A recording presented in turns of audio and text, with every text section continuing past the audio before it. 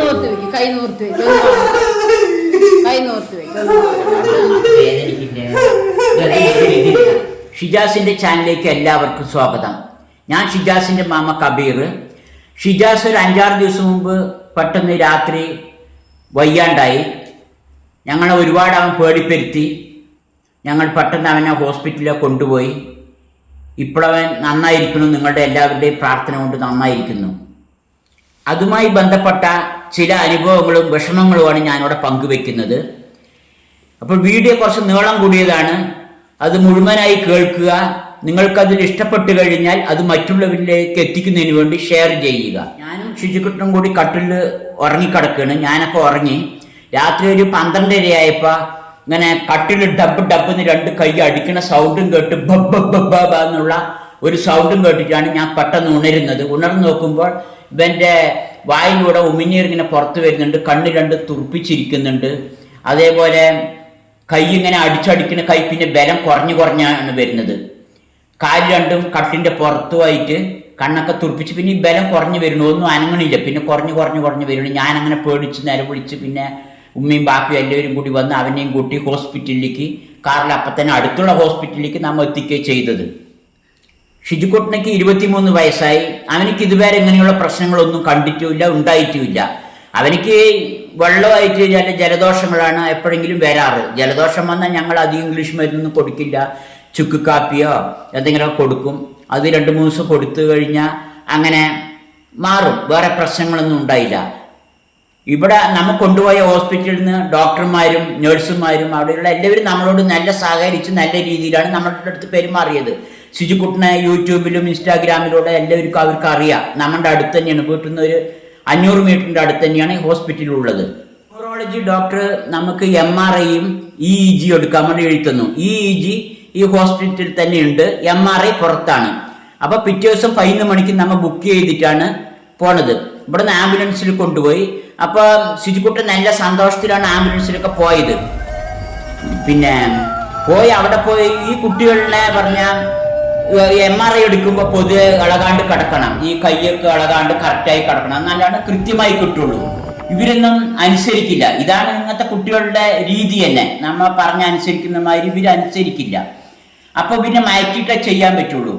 അപ്പോൾ full anaesthesia കൊടുത്ത് പിന്നെ ചെയ്യാനും പറ്റില്ല. അത് ചിലപ്പോൾ തിരിച്ചു വരില്ല. അനസ്തേഷ്യയിൽ നിന്ന് ചിലപ്പോൾ തിരിച്ചു വരില്ല. അങ്ങനത്തെ ഒരുപാട് പ്രശ്നങ്ങളൊക്കെ ഉണ്ട്. അപ്പോൾ അത് ചെയ്യില്ല. അപ്പോൾ സെഡേഷനെ കൊടുക്കുക. അപ്പം ഞങ്ങൾക്കിത് മുന്നേ അനുഭവമൊന്നുമില്ല. സെഡേഷൻ കൊടുത്തു കഴിഞ്ഞാൽ അവൻ ഉടനെ കിടക്കണു. അതൊന്ന് എല്ലാം കഴിഞ്ഞ് അപ്പം തന്നെ തിരിച്ചു വരുന്നു. ഞങ്ങളും എല്ലാം തയ്യാറായി പോയി. കൂടെ നേഴ്സ് ഉണ്ടായിരുന്നു. അങ്ങനെ ബുക്ക് ചെയ്ത് അവിടെ പോയി. അവർ പറഞ്ഞു ആ ശരി ഇനി കൊടുത്തോളി, സെഡേഷൻ കൊടുത്തോളി എന്ന് സിസ്റ്റർ എടുത്ത് പറഞ്ഞു. സിസ്റ്റർ കൊടുത്തു. സിസ്റ്റർ കൊടുത്തു കഴിഞ്ഞപ്പോൾ ഇവർ 20 മിനിറ്റ് ആകും പിന്നെ ഉറങ്ങിക്കഴിയുമ്പോഴേക്കുന്നുള്ള അതിൻ്റെ ഒരു കണക്ക് കൂട്ടില്ല. അവർ മെഷീനിൽ വേറെ ആളിനെ കയറ്റി. അവർ 20 മിനിറ്റ് MRI എടുത്ത് കഴിഞ്ഞ് വരുമ്പോഴേക്കും ഇവന് ഉണർന്നപ്പോൾ പിന്നെ ചെയ്യാൻ പറ്റില്ലല്ലോ. അപ്പോൾ 2ാം പ്രാവശ്യം ഡോക്ടറോട് ചോദിച്ചു. അവരൊരു കുറച്ചും കൂടി ഒരു ഡോസ് കൊടുത്ത് അപ്പോഴേക്കും അവർ ഇനി ഉറങ്ങട്ടെ പറഞ്ഞാൽ അവർ അടുത്തൊരാളിനെ കയറ്റി 20 മിനിറ്റ്. അവരുടെ സമയം കളയുണ്ട്. അവിടെ രോഗികൾ ക്യൂ ആയി നിൽക്കുന്നു വരിയായിട്ട്. അടുത്ത ആളിനെ കയറ്റി.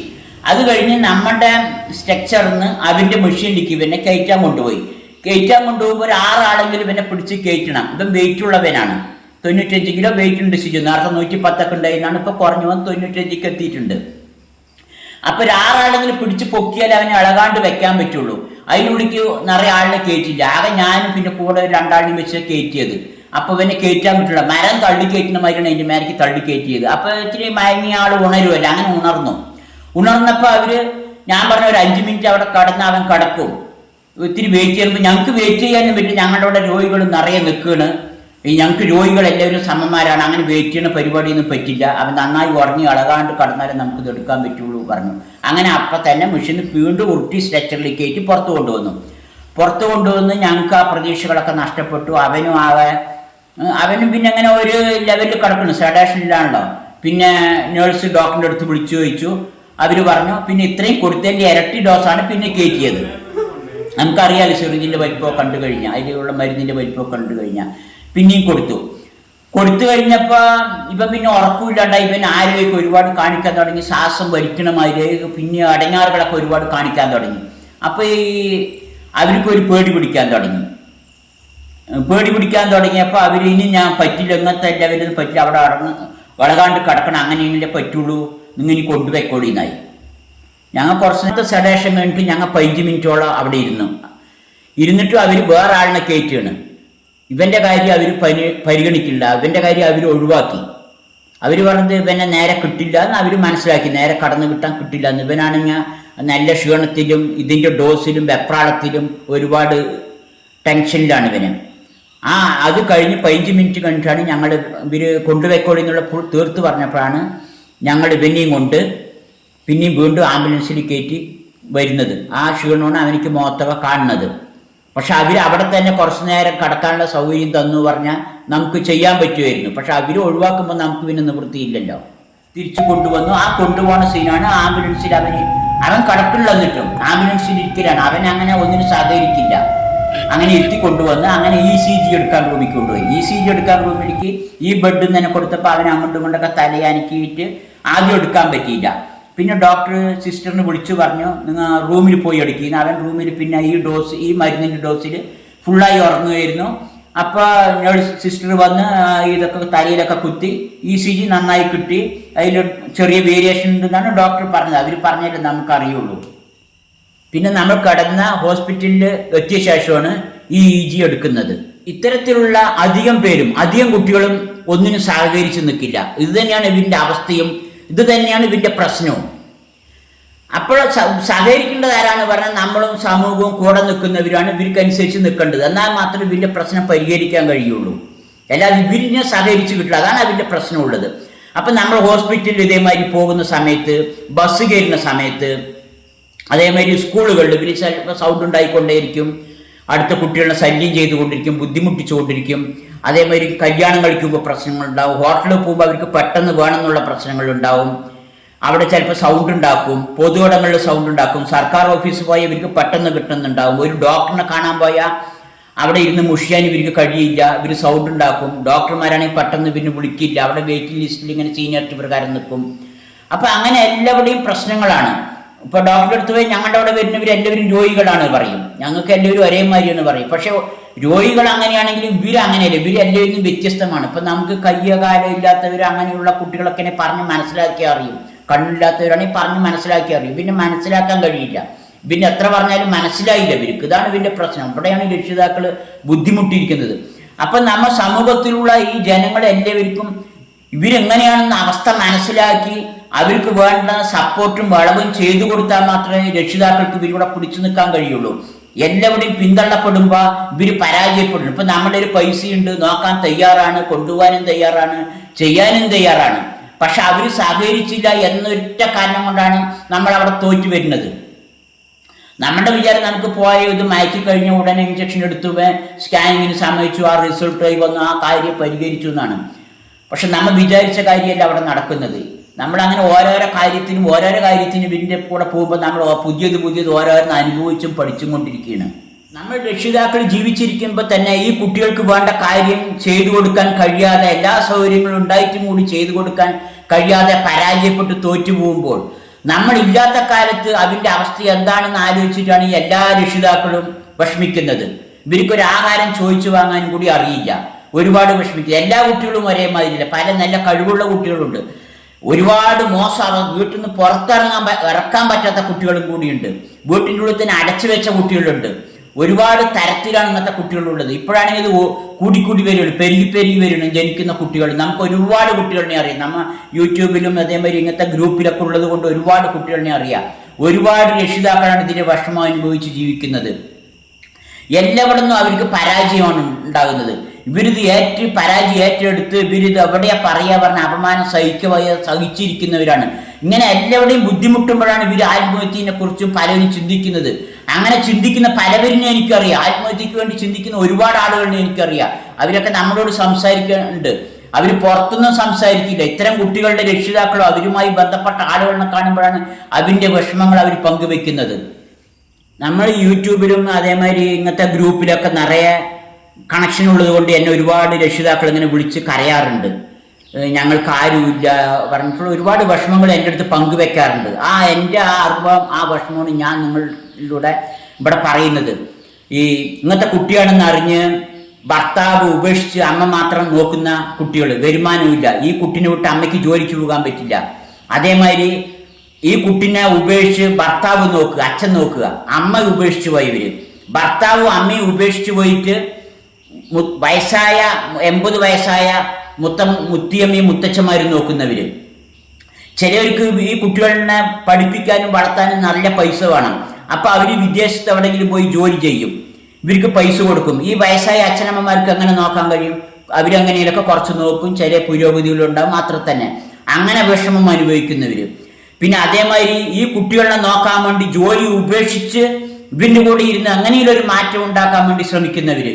അങ്ങനെ അവന്റെ വരുമാനവും തൊഴിലും അവന്റെ ജീവിതവും അവന്റെ വരുമാനവും അവന്റെ വിദ്യാഭ്യാസവും, ഒരുപാട് ഡോക്ടർമാർ, എഞ്ചിനീയർ, പല തലത്തിലുള്ളവരുണ്ട്, കൂലിപ്പണിക്കാരുണ്ട്, ഒരു ഗതിയില്ലാത്തവരുണ്ട്, പെയിന്റർമാരുണ്ട്. അങ്ങനെ ഒരുപാട് കഷ്ടം പല മേഖലയുള്ളവരും ഇങ്ങനത്തെ കുട്ടികളുണ്ടായ പിന്നെ അവന്റെ ജീവിതം എല്ലാം നശിപ്പിച്ച് ഇവന്റെ പുരോഗതിക്ക് വേണ്ടി ഇവന്റെ പിന്നാലെ എല്ലാം ഉപേക്ഷിച്ച് നിൽക്കുന്നവർ. എല്ലാവരുമാരി ഈ കുട്ടികളെ നോക്കാൻ പറ്റില്ല.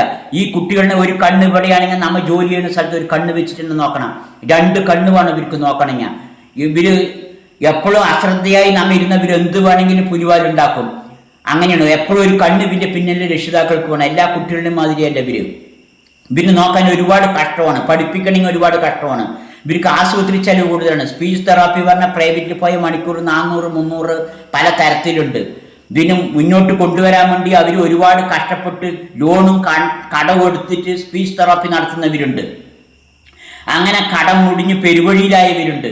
ഈ കുട്ടികളും രക്ഷപ്പെടുന്നില്ല, ഇവരും രക്ഷപ്പെടുന്നില്ല. ഒരു കടവുമായി ഒരുപാട് ബുദ്ധിമുട്ടുന്നവരുണ്ട്, വീടില്ലാത്തവരുണ്ട്, സ്വന്തമായി വീടില്ലാണ്ട് ഇവർക്ക് വീടിന് വേണ്ടി അപേക്ഷ കൊടുക്കാൻ ഈ കുട്ടികളെയും വിട്ട് ഒരു ഓഫീസിൽ കയറി ഇറങ്ങണ്ടേ. അതേമാതിരി ഗവൺമെന്റിൽ നിന്ന് പല ആനുകൂല്യങ്ങളും കിട്ടണമെങ്കിൽ ഓഫീസിൽ കയറി ഇറങ്ങണം. ഇവർക്ക് പിന്നെ വിട്ടു പോകാൻ കഴിയില്ല. ഒരു ദിവസം ഒരു ഓഫീസിൽ പോയി ഒരു കാര്യം നടക്കില്ല, പല പ്രാവശ്യം കയറി ഇറങ്ങണം. ഇപ്പൊ സർക്കാരിന്റെ തന്നെ നിരാമായ പറഞ്ഞ ഇൻഷുറൻസ് ഉണ്ട്, അത് കിട്ടണമെങ്കിൽ ഒരുപാട് കഷ്ടങ്ങളുണ്ട്. അതേമാതിരി പല ആനുകൂല്യങ്ങളുണ്ടെങ്കിൽ ഇതിനൊക്കെ കിട്ടണമെങ്കിൽ ഒരുപാട് ബുദ്ധിമുട്ടുകളുണ്ട്, ഒരുപാട് നിയമപ്രശ്നങ്ങൾ കൊണ്ട് പലവർക്കും അത് കിട്ടില്ല. ആശ്വാസകിരണം പറഞ്ഞിട്ടുണ്ട്, ഒരു അമ്മ നോക്കണതിന് മാസം 600 റുപ്യ കൊടുക്കും. ഇത് തന്നെ ഞങ്ങളെ അപേക്ഷിച്ചിട്ടുണ്ട്, ഞങ്ങൾക്കൊന്നും ഇതുവരെ കിട്ടി. ഞങ്ങളൊക്കെ 6 വർഷം മുമ്പ് അപേക്ഷിച്ചാണ്, ഞങ്ങൾക്കൊന്നും ഇതുവരെ കിട്ടിയിട്ടേ ഇല്ല. നമ്മുടെ കാര്യം പറഞ്ഞു, നമുക്കത് കിട്ടാത്തത് കൊണ്ട് പ്രശ്നങ്ങളൊന്നുമില്ല. ഒരുപാട് ഗവൺമെന്റ് പല ആനുകൂല്യങ്ങൾ പ്രഖ്യാപിച്ചിട്ടുണ്ട്, ഇത് പലവർക്കും പല കൈകളിലും നേരെ ചൊവ്വ എത്താറില്ല. പല അത് കിട്ടുന്നവരും ഉണ്ട്, ഇല്ലാന്നില്ല. പക്ഷെ ഇനിയും ഒരുപാട് ഈ കാര്യത്തിലേക്ക് സർക്കാരും ജനങ്ങളും ഒരുപാട് മാറേണ്ടതുണ്ട്. ഇന്നത്തെ കുട്ടികളുടെ വീട്ടിൽ വന്ന് ഇതിന്റെ പേപ്പർ വർക്കുകളൊക്കെ എല്ലാം നടത്തി ശരിയാക്കി കൊടുക്കാനുള്ള സംവിധാനമുണ്ട്. ഇന്ന് കമ്പ്യൂട്ടർ എടുത്ത് പോയി ശരിയാക്കാമല്ലോ, അല്ലാണ്ട് ഇവരിനെ വലിച്ചുകൊണ്ട് നടക്കേണ്ട ആവശ്യമില്ലല്ലോ. ഇപ്പൊ കറണ്ട് ഫ്രീ പറഞ്ഞിട്ടുണ്ട്, എത്രയും യൂണിറ്റ് ചെറിയ രീതിയിൽ കിട്ടും. എത്ര പേപ്പർ വർക്ക് നടക്കണം, ആർക്കും ഇതിനാകും? അപ്പൊ ഇതൊന്നും കിട്ടില്ല. അങ്ങനത്തെ കുട്ടികൾക്ക് ഗവൺമെന്റ് 10 യൂണിറ്റ് 10 യൂണിറ്റ് അവരുടെ വീട്ടിലേക്ക് കൊണ്ട് അളവം കൊണ്ട് ചെയ്തു കൊടുത്താൽ പോരെ. ഇതിനുവേണ്ടി ഇതിന് പേപ്പർ വർക്ക് വേണ്ടി ഇവനെ വലിപ്പിക്കുന്നത്, ഒരു കാര്യത്തിന് വേണ്ടി ഇവരുടെ ഓഫീസ് മുഖാന്തരം കയറ്റി ഇവർ ഇറക്കണം. അപ്പൊ ഇങ്ങനെയുള്ളവർക്ക് അത് പോകാൻ താല്പര്യമില്ല. ഇവരെല്ലാം ക്ഷീണിച്ചവരാണ്. ഇവർ കുട്ടികളെ നോക്കിയിട്ടും സ്പീച്ച് തെറാപ്പി അത് ഇത് കണ്ടൊക്കെ ഇവർക്ക് മതിയായവരാണ്. ഒരുപാട് ജീവിതം വെറുത്തവരാണ്. അവരിൽ നിന്ന് ഒരുപാട് ഈ ആനുകൂല്യങ്ങൾ അത് ഇതുണ്ട് പറഞ്ഞിട്ടൊന്നും കയറ്റി ഇറക്കി ബുദ്ധിമുട്ടിക്കാൻ പറ്റില്ല. എനിക്ക് തന്നെ അറിയാം, ഒരുപാട് ആളുകൾക്ക് വീടില്ലാണ്ട് ഒരുപാട് ബുദ്ധിമുട്ടുന്നവരുണ്ട്. നല്ല പാർട്ടിക്ക് നമ്മൾ പാർട്ടിന്റെ കുറ്റം പറയല്ല, പല പാർട്ടിക്കും വേണ്ടി നല്ല ആരോഗ്യമുള്ളവർ പോയി പണിയെടുക്കും പാർട്ടിക്ക് വേണ്ടി. അവർക്കൊക്കെ വീടും പലവരും കൊടുക്കും. എല്ലാ പാർട്ടി ചെയ്യുന്ന കാര്യം തന്നെ മൊത്തത്തിൽ. ഇങ്ങനെയുള്ളവർക്കൊന്നും കൊടുക്കില്ല, അവരിപ്പോഴും പെരുവഴിയിലാണ്. ഇത്തരം കുട്ടികളുടെ രക്ഷിതാക്കൾ ഈ പ്രപഞ്ചത്തിനെ ആസ്വദിക്കുന്നില്ല, ഈ പ്രകൃതിയെ ആസ്വദിക്കുന്നില്ല. ഈ ലോകത്തിലെ ഒരു ആസ്വാദനവും അവർക്ക് ലഭിക്കുന്നില്ല. അവർക്ക് അതിനുള്ള സമയമില്ല. അവര് അങ്ങനെ ജനിച്ചു, ഈ കുട്ടികളായിട്ട് അങ്ങനെ ജീവിച്ചൊരു ദിവസങ്ങൾ അങ്ങനെ കഴിച്ച് കാലങ്ങൾ ഇങ്ങനെ ദിവസം കഴിച്ചു കൂട്ടുന്നുള്ളൂ, തള്ളി നീക്കി പോകണമെന്നുള്ളൂ. അവരൊന്നും ആസ്വദിക്കുന്നില്ല. എല്ലാ കുടുംബക്കാരും വീട്ടുകാരും വിരുന്ന് പോക്ക്, ജാളി അടിക്കല്, പാർക്ക് പോക്ക് എന്നമായിരുന്നു ഇവർക്ക്. കുട്ടികളുടെയും കൊണ്ട് എല്ലാവിടേക്കും പോകാൻ പറ്റില്ല, കുടുംബങ്ങളിലേക്ക് പോകാൻ പറ്റില്ല, ബന്ധുക്കളുടെ വീട്ടിലേക്ക് അടക്കം പോകാൻ പറ്റില്ല. എല്ലാവരും ഇവരിനെ കണ്ട ഒരു മുഷിപ്പ് മുഖത്ത് കാണിക്കും, ഒരു ഒപ്പിച്ച് പറയല്, ഒരു മുഖത്ത് അങ്ങനെ നല്ല ഇഷ്ടത്തോടൊന്നും ഇവര് സ്വീകരിക്കില്ല. അങ്ങനെ അനുഭവങ്ങൾ കിട്ടുമ്പോൾ ഇവര് ഒതുങ്ങി ഉൾവലിയും. രക്ഷിതാക്കളെ ഉൾവലിഞ്ഞ് പോകലാണ് പതിവ്. ഇതൊക്കെ നമുക്ക് അനുഭവങ്ങളും പലവരിൽ നിന്നുള്ള അനുഭവം കൊണ്ടാണ് ഞാൻ പറയുന്നത്. ഇവരെ സമൂഹവും ജനങ്ങളും എല്ലാവരും ചേർത്ത് പിടിക്കണം, എന്നാൽ മാത്രമേ ഇവർക്ക് മാറ്റം ഉണ്ടാവുള്ളൂ. ഞങ്ങളെല്ലാവരും ഉണ്ട് പറഞ്ഞ് രക്ഷിതാക്കളുടെ കൂടെ കുട്ടികളെ ചേർത്ത് പിടിച്ചിട്ട് കുട്ടികൾക്ക് ഇതൊന്നും അറിയില്ല. രക്ഷിതാക്കളെങ്കിലും ചേർത്ത് പിടിച്ചാൽ മാത്രമേ നമുക്ക് പലവരും സപ്പോർട്ട് ഉണ്ട് പറഞ്ഞ് ഇവര് പിടിച്ചു നിൽക്കുള്ളൂ. അപ്പൊ നിങ്ങളെ ഇപ്പോഴൊക്കെ ഒരുപാട് മാറ്റങ്ങൾ വന്നിട്ടുണ്ട്. ഒരുപാട് ആളുകൾ പിന്നെ ചേർത്ത് പിടിക്കുന്നുണ്ട്, വേണ്ട സഹായങ്ങൾ ചെയ്യുന്നുണ്ട്. പണ്ടത്തെ കാലം മാതിരി ഒരുപാട് മാറ്റങ്ങൾ വന്നിട്ടുണ്ട്. പിന്നെ ഒന്നാമത്തെ നമ്മൾ കേരളത്തിലായതുകൊണ്ട് അതിനേക്കാളും വലിയൊരു മാറ്റമാണുള്ളത്. മറ്റു സ്റ്റേറ്റുകളിലൊന്നും ഇതല്ല കഥ, അതിൻ്റെ കാര്യ പോക്കാണ്. നമ്മൾ കേരളത്തിൽ ജനിച്ചത് തന്നെ വലിയൊരു ഭാഗ്യമാണ്. ഈ സ്നേഹം, ദയ, കരുണ ഇങ്ങനെയുള്ള കാര്യങ്ങളൊക്കെ നമ്മൾ ഭീഷണിപ്പെടുത്തിയിട്ടും അല്ലെങ്കിൽ ചോദിച്ചു വാങ്ങിക്കിട്ടുന്നതല്ല. ഇത് സ്വന്തം മനസ്സിൽ നിന്ന് ഹൃദയത്തിൻ്റെ ഉള്ളിൽ നിന്ന് സ്വയമായി വരേണ്ടതാണ്. ഒരാളെ സ്നേഹിക്കാനും ദയ കാണിക്കാനും കരുണ കാണിക്കാനും ഉള്ള മനസ്ഥിതി ഹൃദയത്തിൻ്റെ ഉള്ളിൽ നിന്ന് സ്വന്തമായി ഉണ്ടാക്കണം. അല്ലാണ്ട് നീ അത് ചെയ്യ്, ഞാൻ എന്നെ സ്നേഹിക്ക്, ഇങ്ങനെ ചെയ്യ് പറഞ്ഞുകൊണ്ട് കിട്ടുന്നതല്ല. ഇത് കുട്ടികളിൽ തന്നെ വളർന്ന് വരണം. നമ്മൾ കുട്ടികളിൽ തന്നെ അത് വളർത്തിയെടുക്കണം. നമ്മൾ സ്കൂളിലാണെങ്കിൽ മാർക്ക് അവനേക്കാളും കൂടുതൽ വാങ്ങുക പറഞ്ഞ് പഠിപ്പിക്കുക, അവനേക്കാളും വലിയ ആളെ കയറ്റി ഇങ്ങനെ വാശി ഉണ്ടാക്കി പഠിപ്പിക്കാൻ പറ്റില്ല. നമ്മുടെ കുട്ടികൾക്ക് സ്നേഹമാണ് ആദ്യം ഉണ്ടാക്കി പഠിപ്പിക്കേണ്ടത്. എന്നാലാണ് നമ്മുടെ ഈ വരും തലമുറകളെങ്കിലും അത് ഉണ്ടാക്കാൻ കഴിയുള്ളൂ. ഇപ്പൊ പൊതുവെ അങ്ങനത്തെ കാര്യങ്ങളൊക്കെ കുറഞ്ഞു വരുവാണ്, ഈ ദയയും കരുണയൊക്കെ. അതുകൊണ്ടാണ് ഇങ്ങനെയുള്ള ഓരോ കാര്യങ്ങൾ ചിലവർ കാണിക്കേണ്ടത്. എത്രയോ നല്ല മനുഷ്യന്മാരുണ്ട്. പക്ഷെ മോശമുള്ള ആളുകൾ 100 മോശം ചെയ്യുന്നവൻ ഒരാൾ മതി ആ വിഷമങ്ങൾ ഏൽക്കാൻ. 100 ആൾ നല്ലത് ചെയ്താലും ഒരാൾ നമ്മളൊരു മോശമായി പറയുമ്പോൾ നമുക്ക് അതാ തട്ടുള്ളൂ, നല്ലത് ചെയ്തൊന്നും അവിടെ നിൽക്കില്ല. അപ്പൊ അങ്ങനെയുള്ള മോശമുള്ള ആളുകളുണ്ട്. നമ്മൾ സ്കൂൾ തലങ്ങളിൽ തന്നെ ഇതൊക്കെ വളർത്തിയെടുക്കണം. സ്കൂൾ തലത്തിൽ എങ്ങനെ വളർത്തിയെടുക്കണം പറഞ്ഞാൽ, സ്കൂളുകാരൊക്കെ നല്ല മാർക്ക് കിട്ടിയവന് മാത്രം ഒരു സ്കൂളിൽ പഠിപ്പിക്കും, മാർക്ക് കുറഞ്ഞവർ വേറെ സ്കൂളിൽ പഠിപ്പിക്കും. എല്ലാ സ്കൂളിലും എല്ലാ തരത്തിലുള്ള കുട്ടികളും പഠിപ്പിക്കണം. നമ്മൾ ഗ്രേഡ് കൊടുക്കും, സ്റ്റാർ കൊടുക്കും. കലയ്ക്കും സാംസ്കാരിക കാര്യത്തിനും, കല, ഡാൻസ്, അതേപോലെ സ്പോർട്സിനൊക്കെ സ്റ്റാർ കൊടുക്കും. അതേമാതിരി സ്കൂളിൽ ഇങ്ങനത്തെ കുട്ടികൾ എത്രണ്ണം ചേർത്തിയിട്ടുണ്ടോ, അവർ എത്രണ്ണം ഉണ്ടോ, അവർ ജയിച്ചോ പഠിച്ചോ എന്നുള്ളത് നോക്കണ്ട, അതിനും ഒരു മാർക്ക് ഇവർ കൊടുക്കണം. എങ്ങനെയുള്ള സമ്പ്രദായം ഉണ്ടായാലാണ് ഈ നല്ല നല്ല വലിയ സ്കൂളുകളിൽ പഠിക്കുന്ന സ്കൂളുകളിൽ ചെറിയ എങ്ങനെയുള്ള ബുദ്ധിമുട്ടുള്ള കുട്ടികൾ ഉണ്ടാകുമ്പോൾ അവർ സ്വയം ഒരു ദയയും കരുണയും സ്വയം ഉണ്ടാവും. കുട്ടികളായിരിക്കുമ്പോഴേ അത് വരും. അവൻ വയ്യാത്ത കുട്ടിയാണ്, നമ്മ ഒത്തിരി അവനെ സ്നേഹിക്കണം എന്നുള്ള ദയയും. ഇതിങ്ങനെ സ്ഥിരമായി കാണുമ്പോഴാണ് ഈ കുട്ടികൾ വലുതായാലും ഒരു കരുണ അവൻ്റെ മനസ്സിൽ ഉണർന്നുണ്ടാവുക. എന്നാൽ മാത്രം രക്ഷിതാക്കളായ നമ്മളെയും വയസ്സാങ്കാലത്ത് നോക്കുള്ളൂ, അല്ലെങ്കിൽ നമ്മളൊക്കെ വൃദ്ധസാനത്തിലാവുക തന്നെ. അതാണ് ഇപ്പോൾ സംഭവിച്ചുകൊണ്ടിരിക്കുന്നത്. അപ്പൊ എല്ലാ സ്കൂളുകളും ഇങ്ങനത്തെ കുട്ടികളെ ചേർക്കണം. ഇങ്ങനത്തെ കുട്ടികളിൽ വലിയ സ്കൂളുകളിലും ചേർക്കില്ല, പ്രൈവറ്റ് സ്കൂളും ചേർക്കില്ല. അവരൊക്കെ തള്ളിവിടുകയാണ്. ഗവൺമെന്റ് സ്കൂളിൽ മാത്രമേ ഇവരെടുക്കുള്ളൂ. ഗവൺമെന്റ് സ്കൂളിൽ പിന്നെ നിവൃത്തിയില്ലല്ലോ. അവരൊക്കെ ആവുന്നത് സ്നേഹിക്കുകയും ചെയ്യുന്നുണ്ട്, അവരൊക്കെ ആവുന്നത് പഠിപ്പിക്കുകയും ചെയ്യുന്നുണ്ട്. പിന്നെ ഇങ്ങനത്തെ കുട്ടികളെ ഒരുപാട് പഠിപ്പിച്ചിട്ട് മണ്ടയിലൊന്നും ആർക്കും കയറ്റാനൊന്നും കഴിയില്ല. അതിന് നമ്മൾ ഒന്നും പറയുന്നില്ല. പക്ഷെ അവരെ സ്നേഹിച്ച് പിടിക്കുക, അവരാകുന്നത്ര വളർന്നു വരട്ടെ. പ്രൈവറ്റ് വലിയ സമ്പന്നരൊക്കെ പഠിപ്പിക്കുന്ന സ്കൂളുകളുണ്ട്. അവിടുത്തെ ചെറുപ്പത്തിൽ തന്നെ കുട്ടികൾ തന്നെ ഇങ്ങനത്തെ വിദ്യാഭ്യാസ സ്ഥാപനങ്ങളിൽ ഇങ്ങനത്തെ കുട്ടികളെയൊക്കെ കാണിക്കലും പരിചയപ്പെടുത്തലൊക്കെ ചെയ്യണം. എങ്കിലും അവർക്ക് ചെറുപ്പത്തിൽ തന്നെ ഇങ്ങനത്തെ ഒരു സമൂഹം നമ്മുടെ ഇടയിൽ ജീവിക്കുന്നുണ്ട് എന്നുള്ളൊരു സ്നേഹം ഉള്ളിൽ ഉണ്ടാക്കിയെടുക്കാൻ കഴിയുള്ളൂ. അപ്പോഴാണ് അവർ വളർന്നു വരുമ്പോൾ ആ ലെവലിലേക്ക് അവർക്ക് ചിന്തിക്കാൻ കഴിയുള്ളൂ.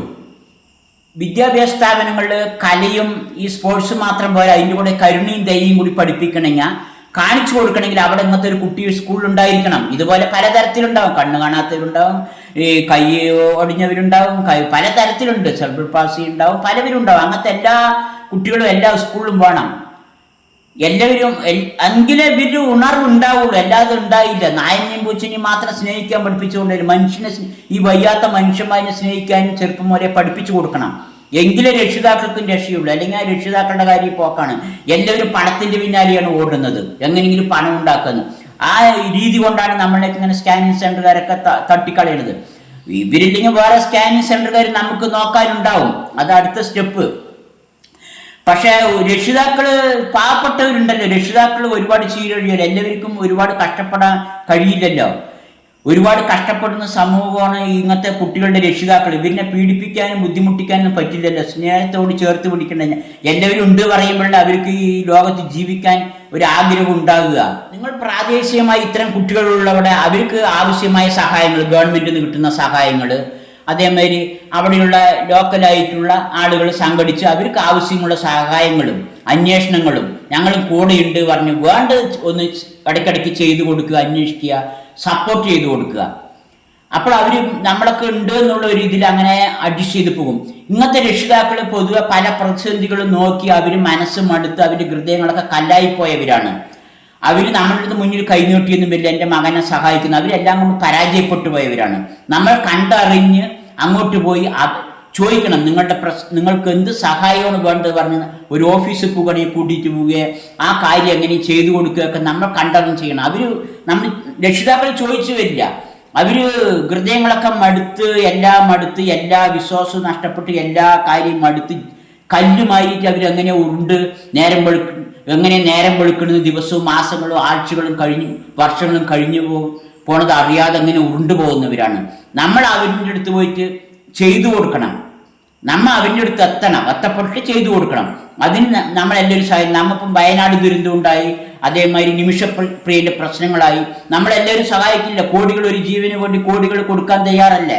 എത്ര ആളുകളെ സഹായിച്ചില്ലേ? ഇവിടെ ഒരുപാട് കേരളത്തിൽ സഹായിക്കുന്ന ജനങ്ങളുണ്ട്, സാമൂഹ്യ പ്രവർത്തകരുണ്ട്, സമ്പന്നന്മാരുണ്ട്, ചെയ്യുന്നവരുണ്ട്. ഓട്ടിസം കുട്ടികളും നിങ്ങൾ ഒരു ദുരിതത്തിലുള്ള ഒരു സമൂഹമാണെന്ന് കണക്കാക്കി അതിന്റെ പിന്നിൽ നിങ്ങൾ അണിനിരക്കണം. അതാണ് നമുക്കിവിടെ മെയിനായി പറയാനുള്ളത്. ബാക്കി വികലാംഗരെ സഹായിക്കാനുണ്ട്, അവർക്ക് നന്നായി സംസാരിക്കാൻ അറിയും, ബുദ്ധിയുണ്ട്, എല്ലാം ഉണ്ട്. ഓട്ടിസം കുട്ടികൾക്കും ബുദ്ധിയുണ്ട്, ഇല്ല എന്നില്ല. അവരുടെ ബുദ്ധി പലതരത്തിലാണെന്ന് മാത്രം. അതേമാതിരി വൃദ്ധസാധനങ്ങളിനെ സഹായിക്കുന്നുണ്ട്, യത്തീങ്ങളെ സഹായിക്കുന്നുണ്ട്, യത്തീങ്കാനകളുണ്ട്, പല തരത്തിലും ഉണ്ട്. പക്ഷെ ഇവരിനെയും കൂടി ഒന്ന് എല്ലാവരും പ്രാദേശികമായി എല്ലാവരും സഹകരിക്കണം. ഈ രക്ഷിതാക്കളിനെ സഹായിക്കണം. അങ്ങനെ എല്ലാവരും അതിന് മുന്നോട്ട് വരണം. ഇവിടെ ഒരുപാട് സമ്പന്നരുണ്ട് അതിനെ പറ്റി ആളുകൾ സഹായിക്കാൻ. പാലക്കാട് ജില്ലയിൽ തന്നെ കിഴക്കഞ്ചേരിയിൽ ശോഭാ ഡെവലപ്പേഴ്സ്, PNC മേനൻ, വൃദ്ധസേനങ്ങളും അതേമാതിരി വിദ്യാഭ്യാസം ഒരുപാട് സാമൂഹിക പ്രവർത്തനം ചെയ്യുന്നുണ്ട്. അതേമാതിരി കിറ്റക്സിന്റെ സാബു ജോർജ് ഒരുപാട് സാമൂഹിക പ്രവർത്തനം ചെയ്യുന്നവരാണ്. അതേമാതിരി ആനന്ദ് അംബാനി, അവർ മൃഗങ്ങളുടെ പിന്നാലെ അയാൾ നോക്കുന്നു. ആഷിം പ്രേംജി, അയാൾ വിദ്യാഭ്യാസ സ്ഥാപനത്തിന് വേണ്ടി അയാളുടെ സമ്പത്ത് മുഴുവൻ ചെലവഴിക്കുന്നവരാണ്. അതേമാതിരി ഒരുപാട് ആൾക്കാരുണ്ട്. അതേമാതിരി തൃശ്ശൂരിലെ ഫാദർ ഉണ്ട്, അച്ഛൻ ദേവീസ് ശർമ്മയിൽ ഒരുപാട് സാമൂഹിക പ്രവർത്തനം നടത്തുന്നതാണ്. അതേമാതിരി വയനാട് ദുരിതത്തിനൊക്കെ മുൻകൈയിലെടുത്ത പ്രവർത്തിച്ച നാസർ മാനൂക്ക ഒരുപാട് സാമൂഹിക പ്രവർത്തനം ചെയ്യുന്നവരാണ്. അവരൊക്കെ മുന്നോട്ട് ഇങ്ങനത്തെ കുട്ടികളിലേക്ക് അവരൊരു ചെറിയൊരു കണ്ണ് വെക്കണം. യൂസഫ് അലി സാറ് ഒരുപാട് സാമൂഹിക പ്രവർത്തനം ചെയ്യുന്നവരാണ്. ഇവരൊക്കെ പലർക്കും ഫണ്ട് കൊടുക്കുന്നവരാണ്. പലവരും ചില ഇങ്ങനത്തെ സാമൂഹിക പ്രവർത്തനം ചെയ്യുന്നവർക്ക് ഫണ്ട് കൊടുക്കുന്നവരാണ്. ഇവർക്ക് നല്ല കഴിവുള്ളവരാണ്, ബിസിനസ് ചെയ്യാൻ പ്രാപ്തിയുള്ളവരാണ്, ഒരു കാര്യത്തിന് എങ്ങനെ മാനേജ്മെന്റ് ചെയ്യാൻ കൊണ്ടുപോകാൻ പ്രാപ്തിയുള്ളവരാണ്. അവരെന്നെ സ്വന്തം സ്ഥാപനങ്ങൾ നടത്തണമെന്നാണ് ഞാൻ പറയുന്നത്. ഇങ്ങനെ ആരും ഇല്ലാത്തവർക്ക് ഒരു 10 ആളിനെ വെച്ചിട്ട് അവർക്ക് ഒരുപാട് ജോലിക്കാരൊക്കെ ഉള്ളതാണ്. അവർ നല്ല രീതിയിൽ നടത്തി കാണിച്ചു തരും. അവരൊക്കെ ബിസിനസ് നല്ല രീതിയിൽ നടത്തി കാണിച്ച പ്രാപ്തരായവരാണ്. ഇന്നത്തെ കാര്യം അവർ നടത്താൻ കഴിയും. ഗവൺമെന്റ് നടത്തിയത് ശരിയായില്ല. ഗവൺമെന്റ് 1 ലക്ഷം റുപ്യേന്റെ കാര്യം നടത്തണമെങ്കിൽ 1 കോടി 10 കോടി ചെലവാക്കണം, ബാക്കിയൊക്കെ തട്ടിപ്പോകും. അപ്പൊ അവര് ചെയ്ത അത് ഏത് ഗവൺമെന്റ് ആണെങ്കിലും ഒരു ഗവൺമെന്റിനെ വെച്ച് പറയല്ല. ഇവർക്ക് വേണ്ട ഫണ്ടുകളോ വേണ്ട സഹായങ്ങളൊക്കെ കൊടുത്ത് എളുപ്പമാക്കി കൊടുത്തോട്ടെ. പ്രൈവറ്റിൽ എങ്ങനെയുള്ളവർ മുന്നോട്ട് വരട്ടെ. ഗവൺമെന്റ് കാര്യമായിട്ട് ചെയ്തിട്ട് പോട്ടെ. അവരൊക്കെ കുറച്ച് ഈ ഓട്ടിസം കുട്ടികൾക്ക് വേണ്ടി അവരൊന്ന് കണ്ണു വെക്കണം. അവരിൽ നിങ്ങൾ ഈ വീഡിയോകൾ എത്തിക്കണം. അങ്ങനെ ഇപ്പൊ പണ്ടത്തെ മാതിരിയല്ല. സിജുവൊക്കെ ജനിക്കുമ്പോൾ 1000 കുട്ടിയിൽ 3 കുട്ടിയാണ്. ഇപ്പൊ 100 കുട്ടിയിൽ തന്നെ 1000 കുട്ടിയിൽ ഇപ്പൊ 25 കുട്ടി എന്നൊക്കെയാണ് കണക്ക്. അങ്ങനെ വർഷം കൂടി വരികയാണ്. അപ്പൊ ഒരുപാട് ദുരിതങ്ങള് ഇങ്ങനത്തെ കുട്ടികളുടെ രക്ഷിതാക്കളും കുട്ടികൾ അനുഭവിക്കുന്നുണ്ട്. അപ്പൊ ഒരുപാട് ആളുകൾ മുന്നോട്ട് വന്നാലേ പറ്റുള്ളൂ. എല്ലാ കുട്ടികളും വലിയ സ്കൂളിൽ തന്നെ പഠിച്ച് മുന്നേറി വരണമെന്നില്ല. എൻ്റെ ഒപ്പം പഠിച്ച വലിയ സ്കൂളിൽ പഠിച്ച കുട്ടികളൊക്കെ ഒടുവ് പണി ചെയ്യാണ്ടിരിക്കുന്നവർ അത്രയും ഉണ്ട്. ഒരു ജോലിക്കും പോകാത്തവര്. എല്ലാവരും ആ ഉയർന്ന നിലകളിൽ എത്തിപ്പെടണമെന്നില്ല.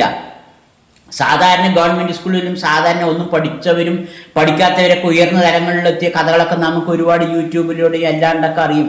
അജ്വാൻ മുഹമ്മദ് കുട്ടിക്ക എറണാകുളത്തെ അജ്വാന്റെ ഡ്രൈ ഫ്രൂട്ട്സ് ഒക്കെ ചെയ്യുന്ന അവന്റെ ജീവിത ചരിത്രങ്ങളൊക്കെ പഠിക്കണം. യൂട്യൂബുകളിലൊക്കെ ഇട്ടും വായിക്കണം. ഒരുപാട് കഷ്ടപ്പെട്ട് മുന്നോട്ട് വന്ന ആളുകളുണ്ട്. അതേമാതിരി പോളണ്ട്, മൂസാജി ഒരുപാട് ആളുകളുണ്ട്. നമ്മുടെ കേരളത്തിൽ ഒരുപാട് സമ്പന്നരുണ്ട്. വിദേശ രാജ്യങ്ങളിലും ഇവിടെ ഇരുന്ന് സമ്പാദിക്കുന്നവർ. അവരൊക്കെ ഇങ്ങനത്തെ കാര്യത്തിന് മുന്നോട്ട് വരണം. അവർ വരാനും തയ്യാറാണ്. അവരിലൊക്കെ ഇങ്ങനത്തെ കുട്ടികളെ സംരക്ഷിക്കുന്നതിന് വേണ്ടിയുള്ള ഓരോ കാര്യങ്ങൾ എത്തിച്ചു കൊടുക്കണം. അവരൊക്കെ മുന്നോട്ട് വന്ന് നമുക്കൊന്നും പേടിക്കാനില്ല. അവരൊക്കെ മുന്നോട്ട് വരാനും തയ്യാറാണ്. നമ്മൾ കേരളത്തിൽ ജനിച്ചുകൊണ്ട് എത്രയോ നല്ല ആളുകളാണ്. മറ്റുള്ള സ്റ്റേറ്റ് മാതിരിയല്ല. ഇവിടെ നല്ല ചേർത്ത് പിടിക്കലും ഒത്തൊരുമയും ഉണ്ട്.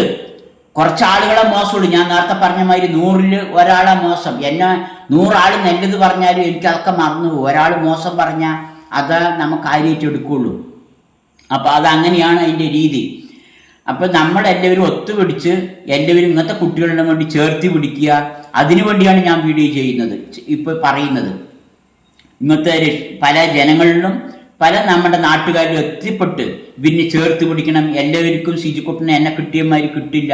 ഒരുപാട് രക്ഷിതാക്കൾ വിഷമിക്കുന്നുണ്ട്. നമ്മ മരിച്ചു കഴിഞ്ഞ ശേഷം അവർക്ക് വേണ്ടി മുൻപ് അറിഞ്ഞാണ് ഞാൻ ചെയ്യുമായിരുന്നു, അങ്ങനെ ചെയ്യുമായിരുന്നു, ഇങ്ങനെ ചെയ്യുമായിരുന്നു പറഞ്ഞിട്ട് കാര്യമില്ല. നമ്മൾ ഒരു ജീവന് വേണ്ടി കോടികൾ ചെലവാക്കാൻ തയ്യാറാണ്. ഇതും മനുഷ്യരാണ്. ഇവർക്ക് വേണ്ടി എന്തെങ്കിലുമൊക്കെ സഹായം പ്രാദേശികമായി അവിടെ നിങ്ങൾക്കറിയാം, അതായത് നിങ്ങളുടെ നാട്ടിൻ്റെ അടുത്ത് ഉണ്ടാവും. അവർ പിന്നെ സ്നേഹിക്കണം, അന്വേഷിക്കണം. എന്തെങ്കിലും നമ്മുടെ ഒരു ധർമ്മമാണ്, അത് നമ്മ ഒരു കടമയാണ്. അത് നമ്മൾ ചെയ്തേ പറ്റുള്ളൂ. നമ്മ സ്നേഹത്തിലും സന്തോഷത്തിലും ഇരിക്കുക. ചിജുക്കുട്ടനിക്ക് ഒരു വിഷമം ഉണ്ടായത് കണക്കാക്കണ്ട, അവനിപ്പോൾ നല്ല രീതിയിൽ വന്നിട്ടുണ്ട്. നിങ്ങളെല്ലാവരും അവൻ്റെ പ്രാർത്ഥന നിങ്ങളുടെ എല്ലാവരും ഉണ്ടെന്ന് എനിക്കറിയാം. ഇനിയും പ്രാർത്ഥിക്കണം. ഇങ്ങനത്തെ എല്ലാ മക്കൾക്ക് വേണ്ടിയും നിങ്ങൾ എല്ലാവരും പ്രാർത്ഥിക്കണം. അപ്പോൾ വീഡിയോ നിങ്ങൾ ഷെയർ ചെയ്യുക. Thank you.